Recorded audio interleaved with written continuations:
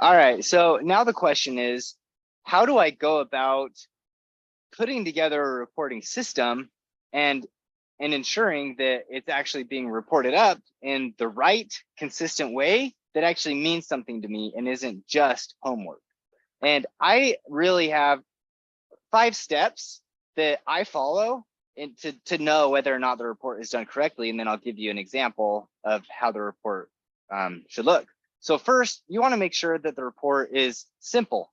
You don't want it to be something that you assign to an employee, for example, where every single day they need to dig through a Google Doc or a Slack message or something and follow their own list just to report appropriately. You want it to be something that they can simply remember in their head and it's easy for them to report on, because this is going to become a part of their job description and there's going to be a consequence if they don't do it correctly. It's part of their job. It's not an optional thing. So 1, simple. 2, you want to outline exactly what the report looks like. So you don't want to just say, hey, here's arbitrary way that I want you to report.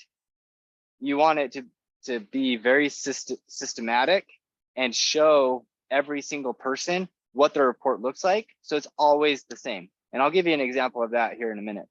Third, you want to be very clear on what is the reporting method.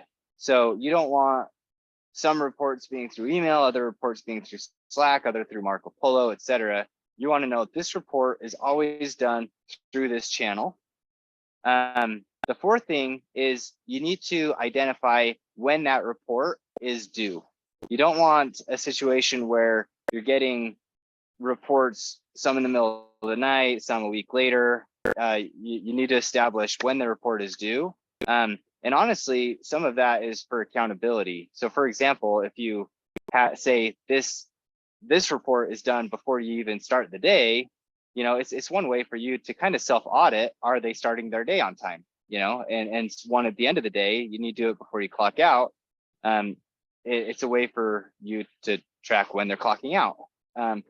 So, and then the 5th thing is you need to be very clear on what happens if the report isn't done. And you don't want the report to be optional or even perceived as optional. So me personally, I let them know this is part of your job description. Just like it's part of your job description to drive to work and clock in, you can't just drive to work and start working.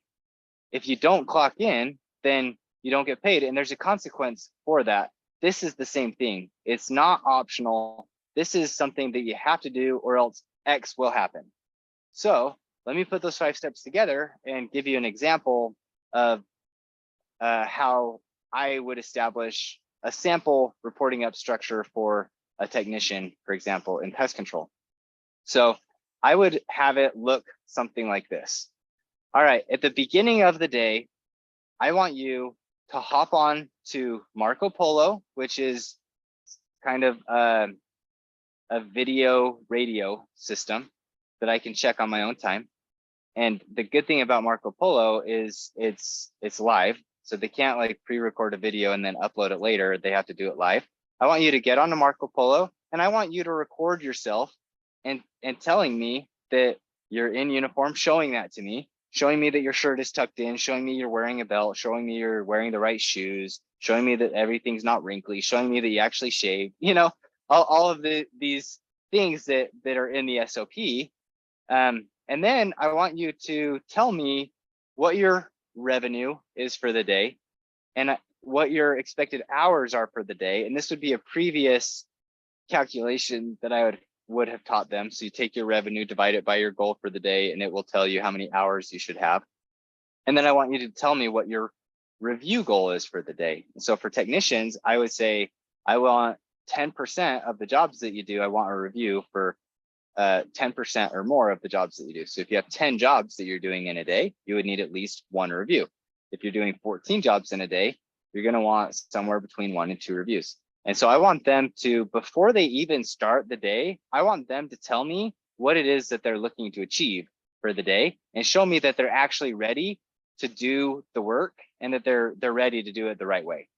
So that would be one report. I would want another report from that same person at the end of the day, right before they clock out. The last thing that they do before they clock out, I would want them to, and the method for this one, let's say I would want to be on Slack. So they would need to go into Slack and they would need to tell me how many hours they clocked for the day, how many reviews they got, and what their revenue per hour was, and whether or not, this is important, whether or not they hit their goals for the day. So they need to actually report. They can't just say, here's the numbers. The accountability goes way up when they say, here are the numbers, and I hit my goals, or I did not hit my goals for the day. Reporting is not the place for excuses. That can come later through reviewing and audits. But it should simply be, here are the numbers, I hit my goals or I didn't hit my goals. And there's something about them having to actually type in, I did not meet my goals, that gives them some sort of accountability and power to go do better the next day. And I would send them, if it was a Marco Polo, I would send them a Marco Polo of me actually doing it, showing the trash can is empty, showing that the tank is full of water, showing my uniform, and then walk them through doing it correctly. Same with Slack. I would show them the word order that I would want it to be and actually send it, rather than simply saying, send me a Marco Polo, if that makes sense. And then I went through kind of, okay, here's what the report looks like. It's simple. The reporting method, one is on Marco Polo, one is on Slack. When is the report needed? One before you start your day, but after you've prepped the vehicle. So before you start servicing. The other one, the very last thing you do before you clock out.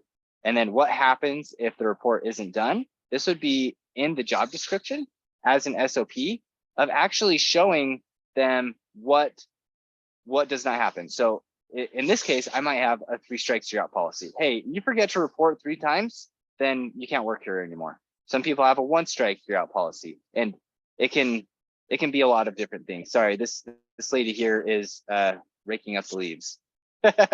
So I hope that helps.